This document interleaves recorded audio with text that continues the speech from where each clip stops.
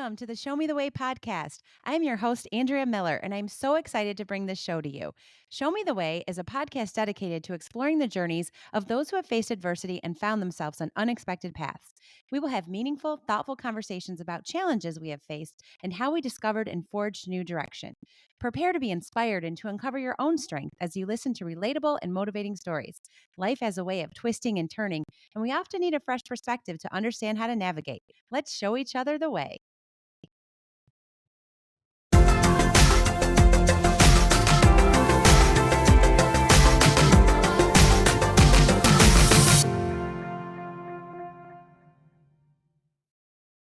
This week on Show Me the Way, I'm joined by my newer friend and referral partner, Kristina Wittner. Over the past few months, Kristina and I have grown closer, and when she told me she had a story she wanted to share, I knew it would be meaningful. After some back and forth to find the right time, we finally made it happen, and as always, the timing was just right. Kristina opens up about the loss of her best friend, Tina, who passed away from cancer nearly a year ago. Tina had always been outgoing and full of energy, but her diagnosis changed her. She became more withdrawn and private, even with her family. Kristina never gave up on her friend and did everything she could to support her, but she also realized how deeply the experience affected her own emotional health. Through therapy, faith, and the love of her Mary Kay community, friends, and family, Kristina found strength and light through her grief. Today, she continues to run a thriving Mary Kay business, stays active in networking, including the group we share, and chooses daily to pursue joy and connection. Kristina leaves us with powerful reminders to live the life we're meant to live, go after our joy, and take care of ourselves. She encourages us to speak up when we need help because people want to support us, and we all need that kind of love and connection in our lives. It's a heartfelt conversation about love, loss, resilience, and the courage to keep showing up for life. Welcome back to the Show Me the Way podcast. I'm really looking forward to today's conversation with my friend and business referral partner, Kristina Wittner. I met Kristina through my real estate brokers and networking channels. Kristina is a highly successful Mary Kay consultant who brings her passion for the products and love for serving and helping others to her business on a daily basis. For some reason, she and I really connected right away. I'm going to call that a God wink. And we have shared a lot with one another in the short period of time we've known each other. Kristina has been through so much in her life and has various directions she could take this conversation. But one of the biggest pivots came when she lost her best friend to cancer not even a year ago.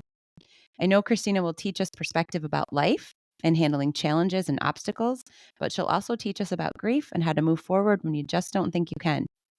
I'm grateful for Kristina's friendship and her openness to be vulnerable and share her story here for all of us.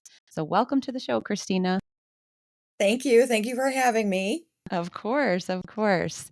So I say how we know one another. I always start my podcast that way, but I will give you the opportunity to share a little bit more about you for our listeners. Okay, great. Well, I live in Canton, Michigan. I have been married to my husband, Randy, for 23 years, and he is a great stepdad to my children. I have 38-year-old Blake and 34-year-old Sarah. I cannot believe I have children that old.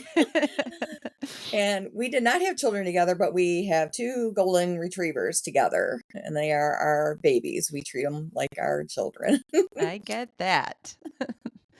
Well, good. And yeah, Mary Kay and your business is booming. It is booming. Yes. Wonderful. Well, good. And do your kids live in Michigan still, or are they? Yes, they Okay. both live close by, yes. Okay. Well, that's nice. I don't know what I would do if my son's an hour away at college right now. You all hear me as listeners complain about this all the time, and it's only an hour away, and he's still technically. I'm in his bedroom right now doing this podcast, so he still technically lives here. But I don't know what I do if he moves like to another state. I guess that's why there's Delta My son went miles. to Michigan Tech in the UP, Oh goodness, yeah, and that was a little further, even though it was in the same state. It was that's a bit still of a hike, quite a yeah. drive. Mhm. I'm sure. Yep. All right, I'll stop complaining about the hour. And actually, he has a soccer game tonight in Grand Rapids, which is about a 2-hour drive, but we're going, so I get to see him tonight.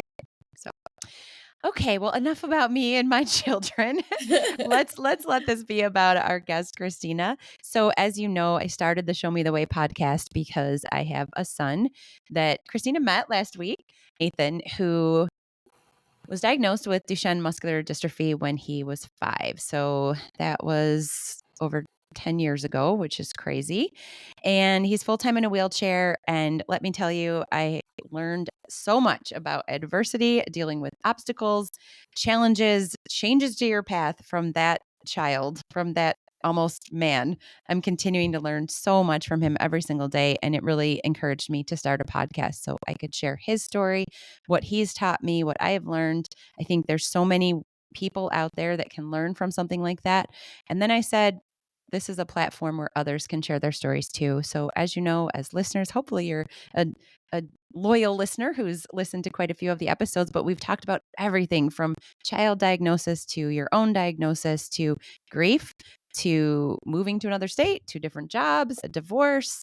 There's so many things that people can share on, and they can talk about the perspective that they've gained from it. And that's been such an awesome opportunity for the listeners.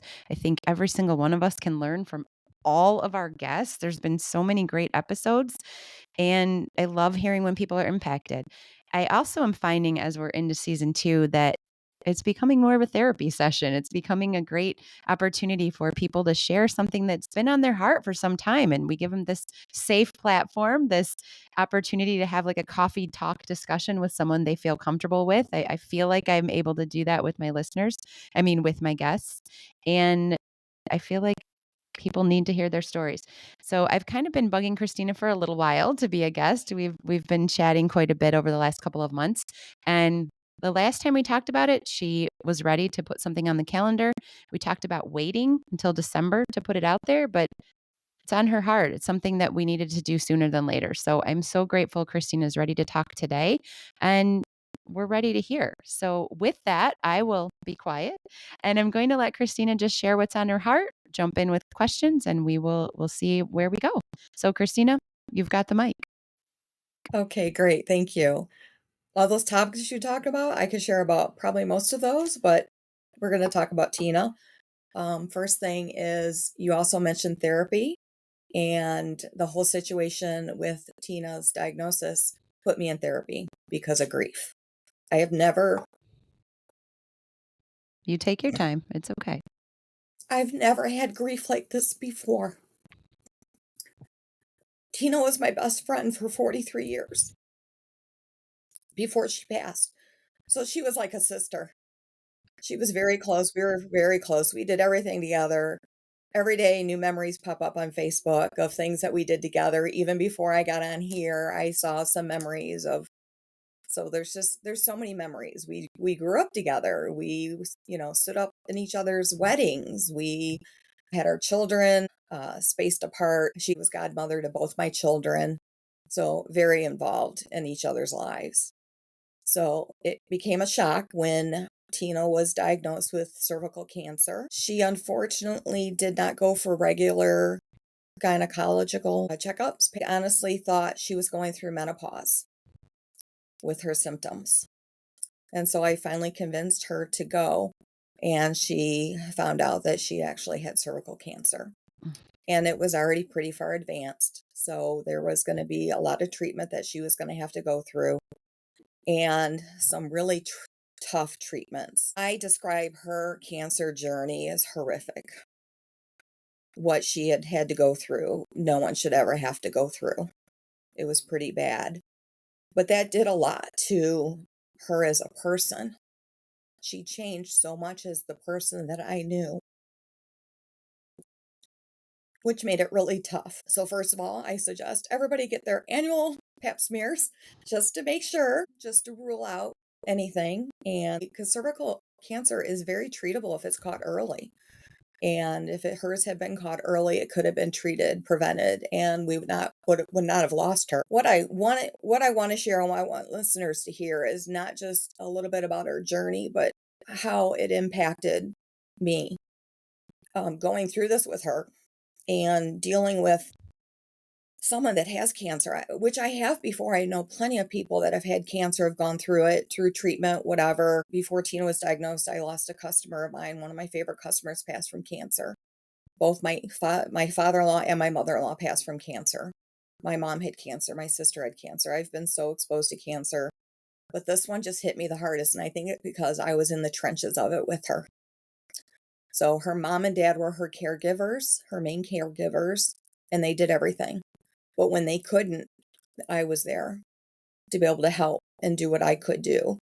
And at first, she was pushing everyone away. Tina did not want to see anyone. She just shut the world out. And if you knew Tina, that was not her.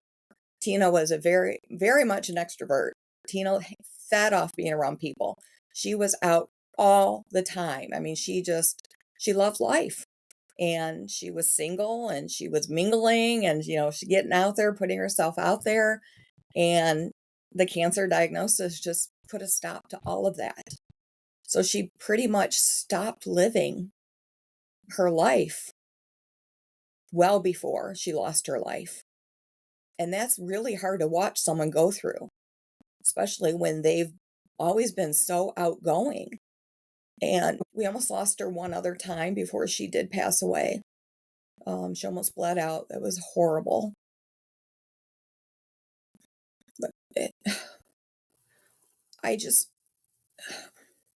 as someone who is still here and watching everything that she had gone through and how her whole journey unfolded, and it was her journey. She was able to live and do whatever she wanted because it was her choice. Unfortunately, those choices made it hard for those that were still here and those who loved her dearly and just wanted her to keep living. And she fought in her own way, but she wasn't living, and it was really hard. She didn't share much about her journey. And like I said, she pushed everyone away and she tried pushing me away. And basically, I told her, no, I'm not going anywhere. I'm there to help you. I was there as much as I could. I did what I could. I backed up her parents whenever I could for appointments. She was in the hospital on average every 3 weeks. So I traveled up she was at St. Joe's in Pontiac. Every time she was admitted, she had blood transfusion after blood transfusion. She ended up having chemo, so I was with her through some of her infusions. She had radiation. She had an internal radiation, which just fried her insides, which caused all kinds of issues. She ended up having tubes from her kidneys. She ended up with an ostomy. And that just did a lot to her as well, having to go through that. I was at the doctor's office last week, which happened to be one of the places that I took her to the doctors, and that just brought everything up and some of the stuff that we went through, but I won't go into all of that because it's just too much detail. It's just too much, too much. But being that close to someone who's going through something like that is so hard. And I always tell her, thanks, Tina, you put me in therapy because I needed therapy just to deal with it because I didn't know what to do because I never had been around anyone who was going through the journey like she was. And I didn't know how to handle it. So I needed to get the tools to get through it because I didn't know how. And then, of course, the tools after she passed and things like that. So it just was a very hard thing to watch. And even her children didn't fully know what was going on with her. She was not coming with her diagnosis. We had no idea what was coming. We had an idea because when you're around her and know what's going on and seeing her with treatments and doctor's appointments and things like that, you have an idea. But she never verbalized it at all. She kept everything inside. She wanted to be numb. And that's just a very hard thing to watch. Did she express that to you, or was it just her actions? Did she say, It "This is what I want"? No. Okay. She never shared anything of what she wanted at all. It was just I had to drag things out of her, ask her questions, and try to get her to talk, which also was very difficult. She really just shut herself off from the world. And before that was vocal and would share Very vulnerabilities and vocal, things with you, okay. maybe over vocal because she shared a lot and she talked a lot and we knew everything. I knew all her deep, dark secrets as far as I know. She knew plenty of mine. We were the vault keepers of secrets. So for her to shut me out like that was so unexpected and very difficult because I felt like I lost her well before I lost her. Yeah, I wrote that down. Not only did you lose a friend through death, you lost a friend living. You lost who she was. So it does make sense why this was extra difficult for you. Yes, very difficult, not just for me, but for her children, for her Mhm. mom and dad, her sister. Her sister said to me that if you would have told me a year ago that this is where we would be at right now in our relationship, I wouldn't have believed you. So sad. It is very sad. Let's go back. Okay. Let's have some positive thoughts here. So, Okay. 43 years ago, what was it like? Where did you meet her? I met her in middle school, Hilbert Junior High in Redford, Michigan, and we just hit it off. We were very different. I was the shy girl, and she was not at all. She was a pom-pom, and I wrote for the school paper. So we were so very different, but, they say opposites attract, right? So we just became very, very close very quickly. We did so much together. We saw so many ups and downs and relationships come and going, and she was with me when I met my ex-husband. I have so many stories, some I I'm can't share. sure. I gotta be so careful. She stood up in my first wedding. I was 19 when I got married, and she stood up in my second wedding as well. Oh, and I stood up in her wedding. We just did everything together. Life, I mean, she was that person that I would call. And it's still hard because I still try to call her when there are those important moments in life, things that I want to share. She's the first person I want to share them with. Sorry, Randy. That's my husband. Do you feel though that she's with you? I sometimes do, but I was asking for signs, and I didn't think I was seeing signs until after talking with one of your previous guests, Trisha. And meeting with her last week helped me realize that I was seeing the signs. I just didn't recognize them. And what are some examples? Do you wanna share? One of them was seeing 11:11, the time on the clock, and I saw that so much. I even mentioned it to her sister. I'm like, "I keep seeing this time on the clock. I don't know what the heck. What does that mean?" And did you look it up? Like the angels and I did not look it up. okay. That's crazy that you said that because you mentioned our previous guest, Trisha, who I Mm. met through another previous guest, Amy. And Amy was there the night that Trisha came to my house. We had Trisha, if you did listen to the last episode, she is a medium and she came to my house last week to do some readings for some friends. And Christina last minute joined. I think that was a God wink. There was a reason Mhm. I was talking to her about it. And if you had a minute with Amy, which I don't know that you did like straight on, she has a necklace, 1111. She wears it all the time. Oh, I did not see that. Yeah, for you to say that, like what a connection. So Well, I okay, you definitely will look that up. and you keep seeing 1111 everywhere? Seen it. Well, I've only seen it once since then, but after she passed, I saw it a lot. I'm like, "What the heck?" I felt like every time I looked at my phone, because I actually was trying not to look at my phone because I knew I was gonna get a call any day now. I was going back and forth to her parents' house where Tina spent her last days, and so I was there a lot, and I just knew it was gonna be a phone call. I didn't think I would be there. I've been so close to watching people pass. I've been around many people that have been very close to dying, and I knew I wouldn't be there, and I wasn't. I was on my way, but I wasn't there. So I was just in a habit of trying not to look at my phone, but I felt like every time I looked at it, it said 11:11. I just looked it up, so if you can Okay, humor me, I'll read what this says. okay. This is just an overview from Google, but it says the angel number 1111 is often interpreted as a sign of new beginnings, spiritual awakening, and a connection to the universe. I think there's something there, especially it's so interesting because actually Amy went through a very difficult loss last year with her father, and it was after that that she was seeing the number, and then she got the necklace. So I think Wow. there's something to that for sure. Well, I had one other sign too Yeah, I was gonna ask, that okay. Trisha told me I would see would be white feathers. She said feathers and they would be white. They'd have to be white feathers. And I had this sweater actually on and I took it off and I laid it down and I saw a white feather on the inside. And I have no idea how a white feather got there. I mean, this is like a wool blend sweater, but no feathers.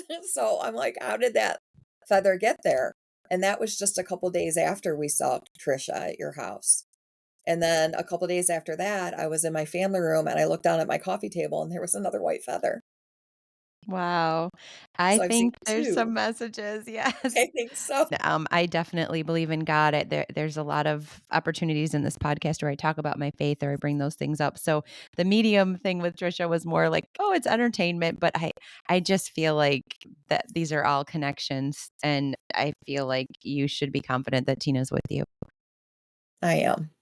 I have her all around me. I have placed things all over my house with her. I'm looking at some things right now, and I've got a picture over there, and I also have a bracelet on that says "My Angel" I had made for her mom, her sister, her daughter, and myself. And it's my angel, and it's in beach color, the beads, because Tina loved the beach, and there's a palm tree because she loved palm trees. Oh, it's beautiful. Yeah, I love that. And for those of you, if you've been listening, I created on a platform where the guest and I can see one another, but I've just been sharing audio so far. But if you would have seen Christina's whole face light up, that's why I wanted to go back to how did you guys meet? Her whole face lit up, and I can just tell how important this woman was to Christina, and it's beautiful. So, speaking of faith, did Tina have faith as she was going through all of this? Tina did not verbalize very much when she was going through this. I know she was at St. Joe's. She was a Trinity Health employee. And at St. Joe's, they do have clergy that does come in to their rooms and ask them if they want to be blessed. And she had that happen. So a number of times, as far as not while I was there, but other times her parents said yes. And I wanted to go back too. So, when she was diagnosed, what was the prognosis? Tina never shared her prognosis. Okay. I keep She asking you never questions and you keep reminding me. She didn't give you many She details, did many not give us answers. very much. So I am so thankful for her sister because her and I talked so much. I would have been in the dark other than what I saw if her sister would have not shared with me. Do you still talk with her sister now? She texted me yesterday, so we do touch Okay. base. So we just sent a little text message just thinking of you. We did this summer. Her birthday was August 2nd, and we got together. Her sister has purchased a lake house, and we went there and had a little celebration of life, and we, burned papers. We wrote little notes to Tina, and we burned them, and we all went around and watched them. We all took turns burning them, and they would float. Some would be duds, and some would just go a little bit up and then just drop because they turn into ash. Mine went almost to the ceiling. It was crazy. I have it on video. I'm like, "That was Tina for sure." Yes. Oh my gosh. So many signs. So many signs. Yeah, she's been in my dreams. I've had some very vivid dreams with her in it. Interesting. Yes, for sure. So I love this kind of discussion. I'm really into all of the God winks, like you and my listeners know. And I love the smile on your face when you talk about your positive memories about Tina. But if you're comfortable, I do kind of want to go back to where you are now, like going through that very, very difficult time. And then you said you sought out a therapist. So it's been since December, right? Yes, December It'll 17th. be a year, December 17th. Mhm. So what did post all of this look like, and what does it look like today? Very difficult. I didn't wanna leave my house. I didn't wanna get out of bed. I didn't wanna see anybody. I saw I was shutting myself off from the world. But with the help of therapy, I realized I couldn't do that because I wasn't helping myself, and Tina would not have wanted that for me. And so I'm slowly I still am having trouble putting myself out there, but I'm doing much better than I was with the help of therapy. I don't know what I've done if I would not. And therapy started well before Tina passed because I needed to deal with the grief. And because I was grieving, I learned I was grieving before she passed because I was grieving the friendship that I had, the person that I knew, because she was no longer that person anymore. Yeah. Right. Yeah, so it's double, double. Mhm. So the therapist that you sought during, is it the same therapist? Has this been somebody that's a good It's the choice same for one. you? Okay, Same good. one. Yep. Okay, She's because I know awesome. that's also important to find the right therapist who you connect with, so I'm grateful that you were able to find that right away. Definitely different stages of grief throughout both of these situations as you were going through it and then after your friend passed away. And you still go through it, and the stages still keep popping up because there's still denial, and there's still so many things like, I could have done more, and then it took me a while to realize that I could not done more than I did with what I was allowed to do, and I have to remind myself all the time, I did the best that I could with what I was allowed and able to do. Well, and I typed out, I'm taking notes on my phone today because I don't have my pad here, but I typed out, be proud of yourself. I put that down there because to me, you make me think about how I would wanna be in a similar situation, like, if somebody says, "Nope, I don't want you around," but you knew she did need you and you pushed your way in Mhm. as much as you could, so you should be very proud of yourself for that, because you could have gone to her funeral and then the next day been like, "I could have done so much more," but instead, you did as much as she possibly would let you do, Yeah. and you should be proud of yourself for that and not have regrets, but just know that you were the best friend you could have been. Yeah, I don't have regrets. I feel honored and blessed that she did finally let me in somewhat. She still was somewhat guarded, but she was with I still don't even know because I could never find out from her why Right. she didn't wanna share, even with her children. So her children were not prepared. None of us were prepared really because we didn't know what her diagnosis was. So getting back to that, you don't even know if any of the treatment really helped. No, I it may have prolonged life. I'm not really sure, but the treatments caused so much other damage to her body, and that just, I know, did a lot on her psyche as well. She didn't really wanna go anywhere, do anything. I mean, she wasn't doing that prior, but it was even worse, and she definitely didn't want anyone to see her with tubes coming all out of her and some of the stuff. I mean, I had to help her with that, on occasion. It's a very difficult thing. Appearance was very important to her, and I think that was probably one of the reasons why, because she changed so much. Going through chemo, she was losing her hair, and I would always laugh and joke because not only did I hold her hair many times, I also shaved her head when she was losing her hair. So, every stage, and that was really hard when she lost her hair. It was really, really hard on her, and she was one of those unlucky ones that her scalp hurt. I guess there's every once in a while, there's a patient that their scalp will hurt when their head is shaved, and there's some people that it doesn't bother them, they don't have any pain from it, but she did, it bothered her a lot. She had pain from it, so As I've said a couple of times over the last few episodes, as I'm moving into season 2, I like the focus on community and village and understanding that we are here, we need each other. Humans aren't meant to do life alone. So, no. from Tina's perspective, even if she didn't want this village, she did have her family and her kids. She had people that cared and loved and wanted to be there for her. She had a friend Tons. who, yeah, she had a friend who was like, "Nope, I'm persevering. I'm relentless. Here I am." But what about you? Talk about your support through or post. Well, of course, therapy is my biggest support.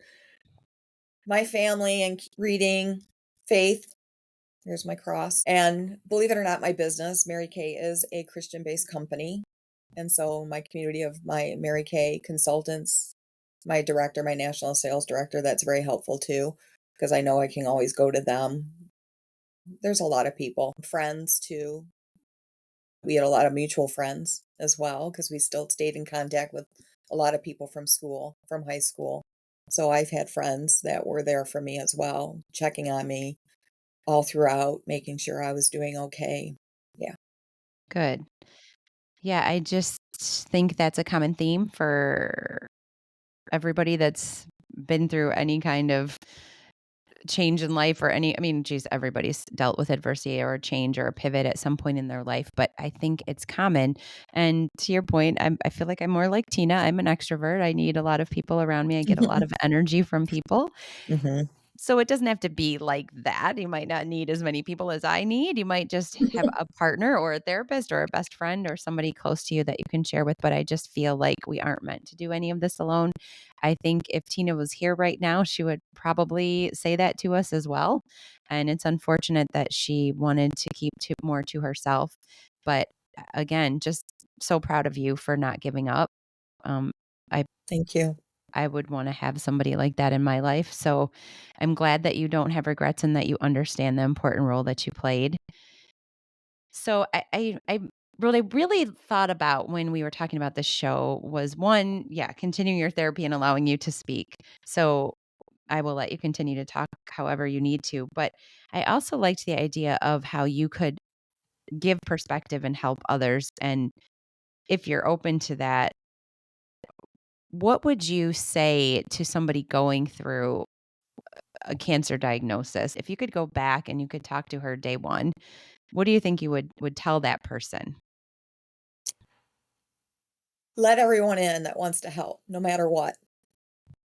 No matter what it is, even if it's the small things, the big things, whatever it is, let everyone in and still enjoy life as much as you can, but get out there. We had a bingo fundraiser last week. We are doing a chemo care package collection for Trinity, where she had her chemo, which ironically, I did not know that when I was asked to participate in these chemo care Oh, I packages. thought it was because of that. It Wow, was okay. not. I had 2 women that I met 2 years ago at a vendor event, and they had asked if I wanted to team up with them. So I did. That was 2 years ago, and when they told me where they were donating to, it happened to be where Tina was getting, God wink, Mhm. her infusions.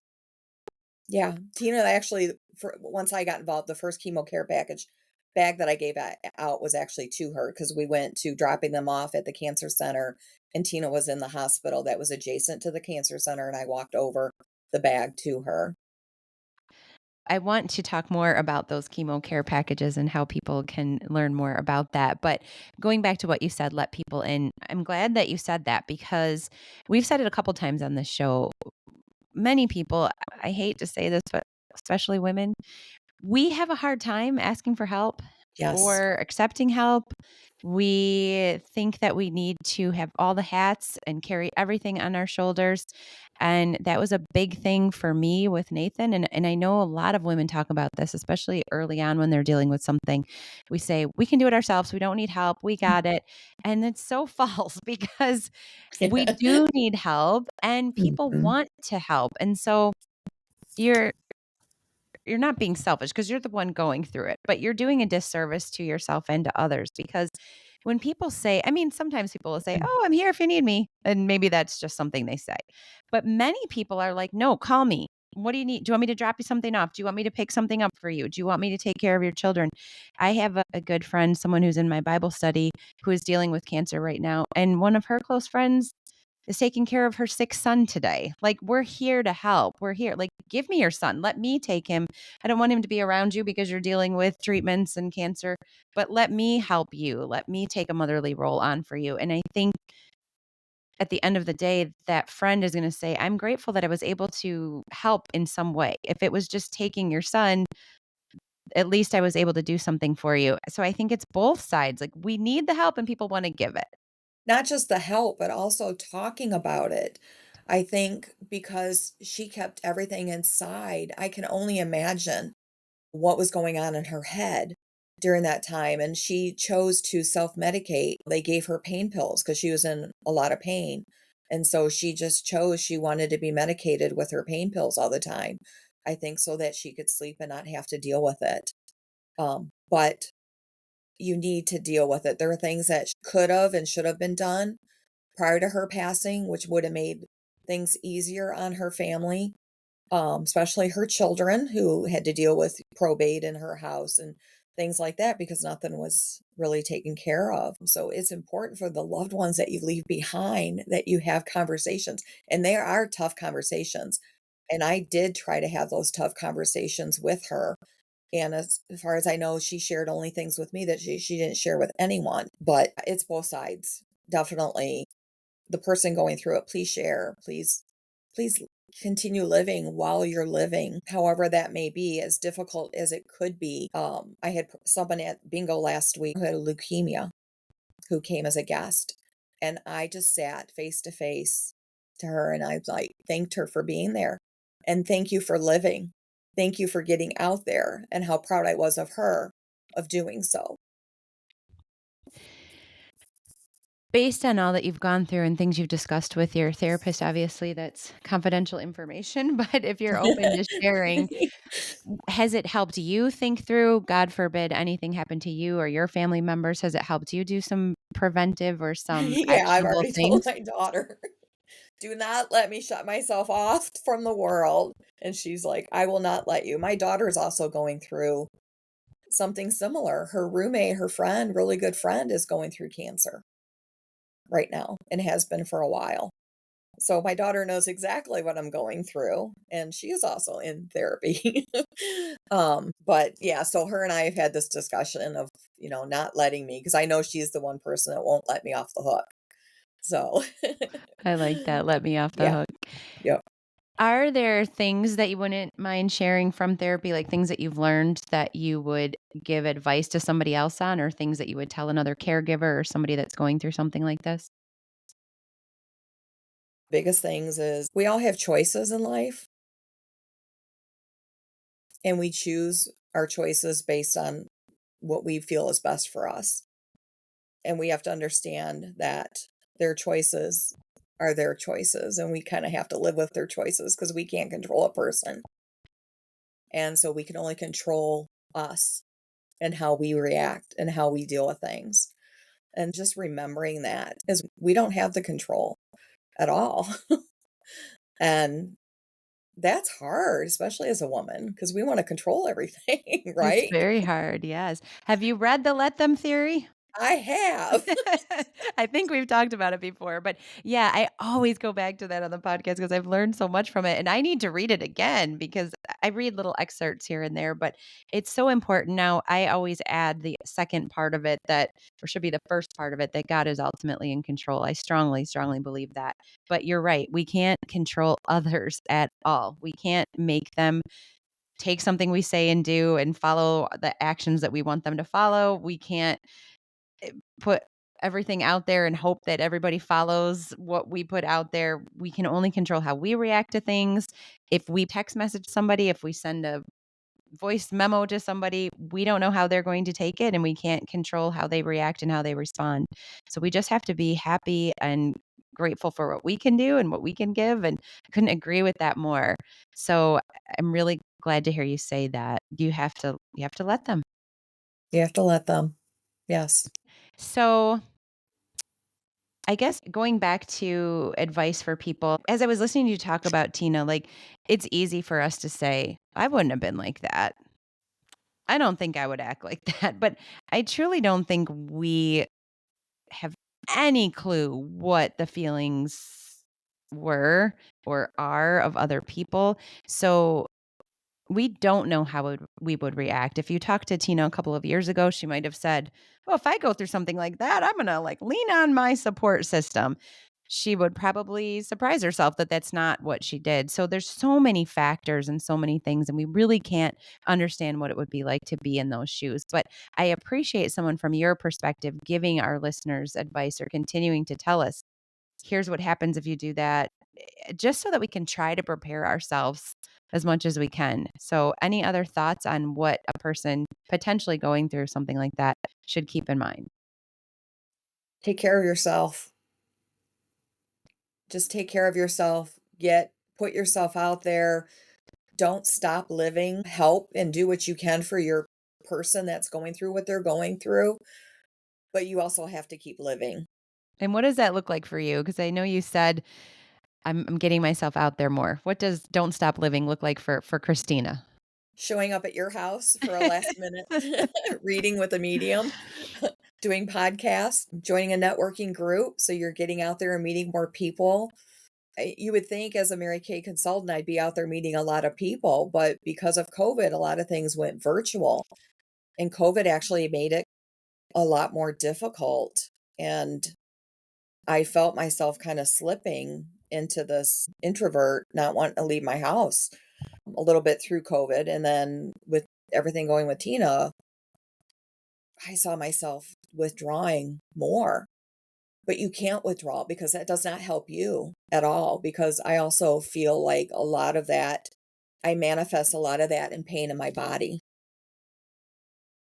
And so that was not helpful for me. for everyone around me. I'm doing better. I'm getting out there, trying to meet up with more friends. My therapist has made it a mission to make sure that I am doing that, and I have to be accountable to her and let her know that I am getting out there and doing things and being more present in my life and the lives of others around me. Well, I'm grateful that I get to see it and I get to be part of the 3 things that you mentioned. That makes me very grateful. I'm glad that God brought you into my life for many reasons, so I'm very grateful for that. But I do like what you said, like, we're here such a short period of time, and you have to live, you have to go after your joy. That's a big thing that my son has taught me because when he was diagnosed, that just threw it in my face that tomorrow is not promised. You truly don't know what the future holds.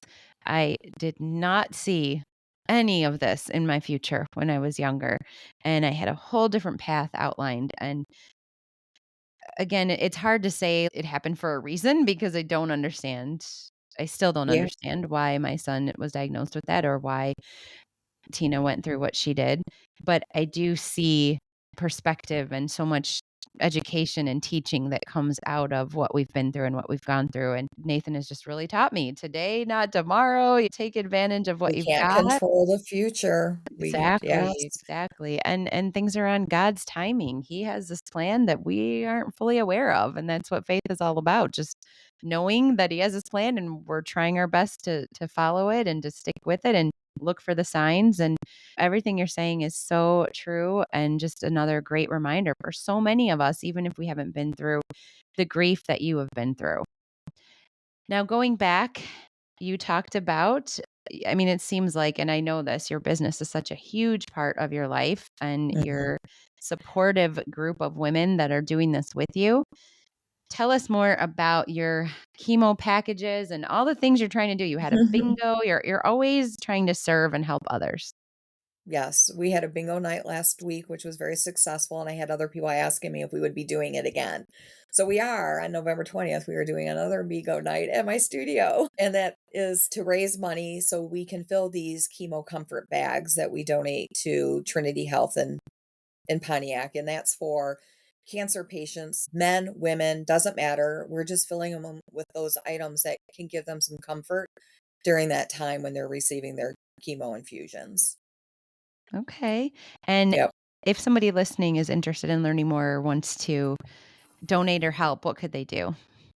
Definitely, they can donate because every $25 that someone donates will help me put products in that bag. We take any monetary donation. I've luckily been part of this wonderful networking group that Andrea and I are part of, and I've had a couple people step up and help quite a bit with that. So any monetary donation can help, and Andrea knows how to get a hold of me, definitely. So we will take anything. It could be monetary, it could be comfort items.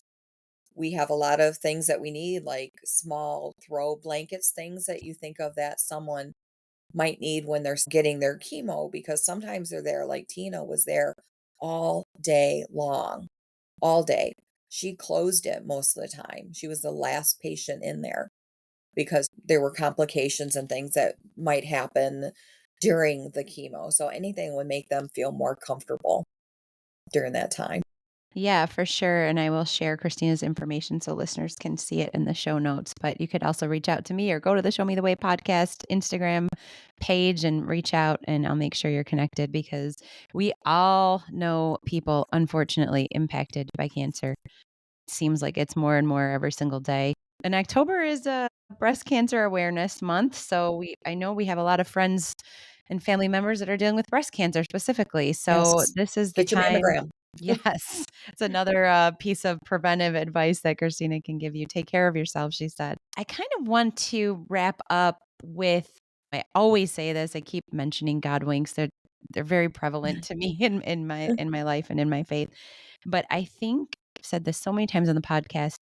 God's timing is always so clear with this podcast, with my guests. I'll talk about, hey, you should be a guest. You should be a guest. You should be a guest. And then those that really are interested, it's sometimes a pushing thing, like constant texting, constant reminding.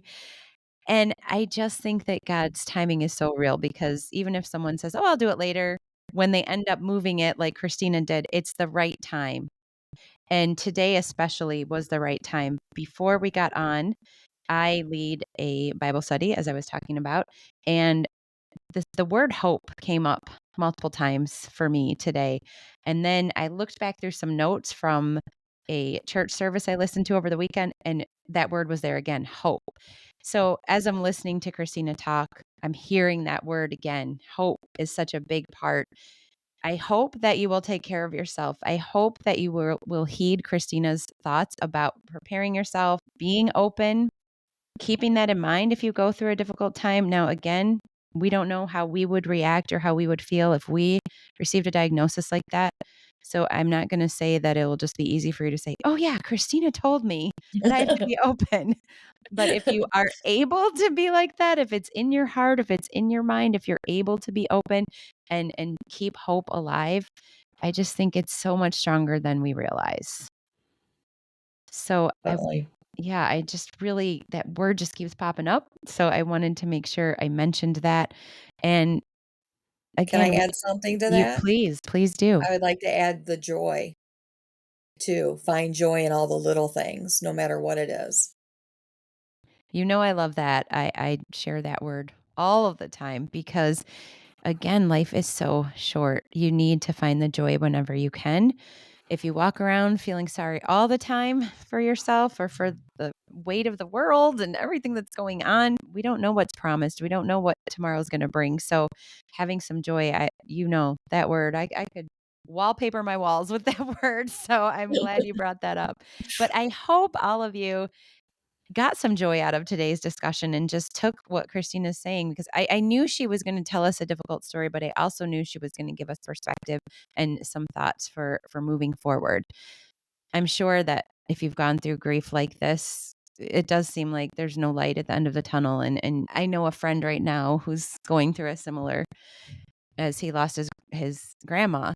And it's like, oh, how can I live? How can I get off the couch? How can I function when I'm dealing with such grief? And I can't say that I'm going through that right now, so I don't know exactly what he's going through, but I hope that he can find some joy. And to what Kristina was saying, Tina and our loved ones, they would want us to find joy. They would want us to keep living life. I'm sure if Tina was here and healthy, she would probably say similar things. There's a reason Kristina and Tina were best friends for 43 years. I'm sure they had a lot of similar values too. So I think everything you shared with us today is so very important. And I know that people are going to get a lot out of what you shared. So before we completely end off, I'm going to shut up for a few more seconds and see if there's anything else you want to share with our listeners. I can't think of anything else except go hug your best friend. I love that. We've said that a few times on this show. If you're thinking about someone, text them, hug them, tell them you love them. I'm going to do that right after this. I I don't know, I'm so very blessed for the friends in my life. So there's a few people you're making me think of right now, but I think that is beautiful. If you can't hug them in person, reach out to them right now. That's a challenge I often give to our listeners. So, Kristina, you keep doing it and keep being a light for so many people. I'm very grateful that we met and you're a light to me, and I'm honored that you decided to put your story out there, be vulnerable, shed some tears with us. This is exactly why I'm doing this show. Thank you, Andrea. Thank you for joining me for the Show Me the Way podcast. I truly appreciate you tuning in to today's episode about overcoming adversity and finding your path. I hope it brought you new insights, empowered you with perspective, and inspired you to find joy in your journey. If this episode touched your heart, don't forget to leave a quick review as it will help us reach and motivate more people. Until next time, keep seeking the light and showing the way.